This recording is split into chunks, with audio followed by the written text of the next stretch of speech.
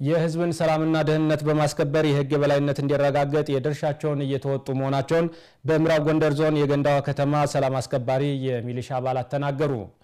30ኛው የሚሊሻ ምስረታ በዓል የአማራ ብሔራዊ ክልላዊ መንግስት ሚሊሻ ከየት ወዴት በሚል መሪ ሐሳብ በገንዳዋ ከተማ በዓሉ ተከብሯል። ተጨማሪውን ከኤልያስ ጋሻው እንከታተል።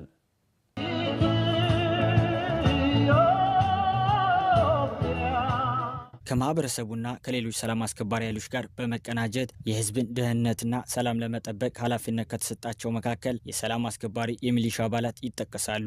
አካባቢያቸውንና ሀገራቸውን በታማኝነትና በጀግንነት አገልግለው የተሰዉ ጀግና የሚሊሻ አባላትን ለመዘከርና ያሉትን ለማጠናከር 30ኛው የሚሊሻ ምስረታ በዓል በገንዳዋ ከተማ ተከብሯል። አስተያየታቸውን ለአሚኮ የሰጡ የሚሊሻ አባላት የህዝብን ሰላም ለማስከበርና የሀገርን ደህንነት ለማረጋገጥ ሲሰሩ መቆየታቸውን ተናግረዋል። በቀጣይም በጀግንነት ሀገርንና ህዝብን ለማገልገል እንደሚሰሩም ቁርጠኛ መሆናቸውን አስረድተዋል። ህዝባችን ያው በቁርጠኝነት ከዚህ በፊትም እየሰራን መተናል። ከዚህ በኋላም ደግሞ በቁርጠኝነት ምንሰራበትና የህዝባችን ሰላም ምናረጋግጥበት ሁኔታ ነው ያለው። ስለዚህ ህዝቡ ከኛ ጎን ነው ያለው።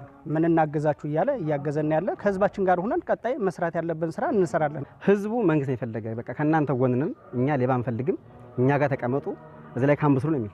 ስለዚህ ህዝባችን ከጎናችን ከሆነ ህግ ለማስከበር ምንም አንጠራጠርም። የሚሊሻ አባላቱ ህግና ስርዓትን በማስከበር የማህበረሰቡን ሰላምና ደህንነት ማረጋገጥ ዋና ዓላማቸው መሆኑን የገንዳዋ ከተማ አስተዳደር ሚሊሻ ጽፈት ቤት ኃላፊ ዋና ሳጅን አግማስ ሳሙኤል አብራርተዋል። በአካባቢያችን የሚንቀሳቀሰው የጥላት እንቅስቃሴ ገትቶ ማህበረሰቡ ወደ ሙሉ ልማት መግባት መቻል አለበትን ከዚህ በበለጠ ዋናው ዓላማችን ከዚህ በለጠ ህግና ስርዓት ማስከበር ነው። የኛ ማንዴት ህግና ስርዓት ሲከበር ልማት ይመጣል፣ የተፈለገው እድገት ይመጣል ማለት ነው። የሚሊሻ አባላትን በአደረጃጀትና በትጥቅ በማዘመን ህዝባዊ ተልኳቸውን በአግባቡ እንዲወጡ በትኩረት እየተሰራ መሆኑን ገልጸዋል። በየወሩ በየቀኑ ግንባታ ስልጠና እየሰጠን ነው። ቶፕ 150 ሚሊሻ በየቀበሌው ስልጠና ሰጠና ዋናው የስልጠና ዓላማ ሚሊሻው የሚሰራበትን ዓላማና ተግባር አውቆ ህግና ስርዓት እንዲያስከብር ስልጠና ደግሞ ለአንድ የጸጥታ ኃይል ገንቢ ወሳኝ ስለሆነ በዛ ስልጠና እየሰጠ ህግና ስርዓት እያስከበረ ያለበት ሁኔታ ነው ያለው ላይ ማለት። የህዝብንና የመንግስትን ህልውና ለማስቀጠል የሚሊሻ አባላት የድርሻቸውን እየተወጡ መሆኑን የምዕራብ ጎንደር ዞን አስተዳደር ጽፈት ቤት ኃላፊ አስፈው በሪውን ተናግረዋል። የህዝብና የመንግስትን ህልውናን ለማስቀጠል ውድ ህይወታቸውን በመስዋዕት በማድረግ እንደ ክልል የተሰጣቸውን ተልዕኮ ተወጥተዋል።